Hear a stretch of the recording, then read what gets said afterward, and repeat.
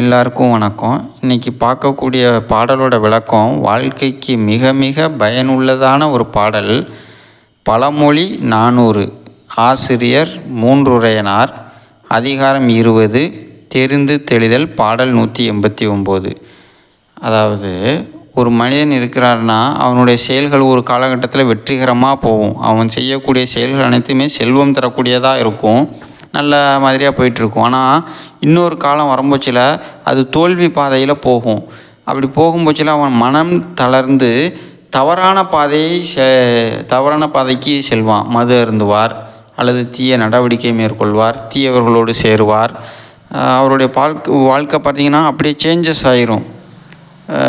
யாரையாவது ஏமாற்றணும், யாரையாவது பொருட்களை அபகரித்து அந்த பொருளை திருடி சம்பாதிக்கணும், அந்த மாதிரியான துஷ்ட எண்ணங்கள்லாம் வரும். அப்படி அவருக்கு கெட்ட காலம் வரும்போச்சிலையும் மிக நேர்மையோடும் ஒழுக்கத்தோடும் இருக்கணும் அப்படிங்கிறது தான் இந்த பாடலோட விளக்கம். இந்த இதில் நீர் குறிதாக புகழ் அப்படின்னு ஒரு வரி இருக்குது, கடைசி வரி. அதாவது நீர் குறிதாக புகழ் அப்படிங்கிறதுக்கு விளக்கம் என்னென்னா, நல்ல தண்ணி, ஆறு, குளம், வாய்க்கால் இதெல்லாம் தண்ணி அதிகமாக இருக்கும். ஆனால் அதே இது கோடை காலத்தில் பார்த்திங்கன்னா வறண்டுரும்.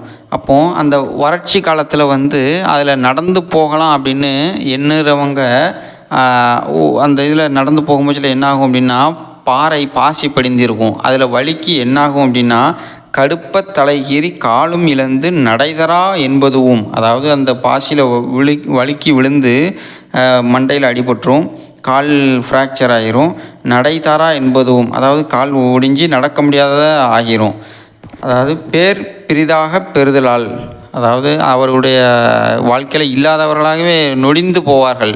அதே போலத்தான் நமக்கு கெட்ட காலம் வரும்போச்சில் நாம் தவறான பாதைக்கு போகிறோம், மது அருந்துவாங்க, வேறு ஏதாவது தீய நடவடிக்கையில் ஈடுபடுதல்ங்கிறது இதனோடு ஒப்பாகும் அப்படிங்கிறது இந்த பாடலோட விளக்கம். அதை போல் நமக்கு வெற்றியோ தோல்வியோ எதுவும் வந்தாலும் சமமாக கருதி மிக தெளிவாக நம் வாழ்க்கையை கொண்டு செல்ல வேண்டும்.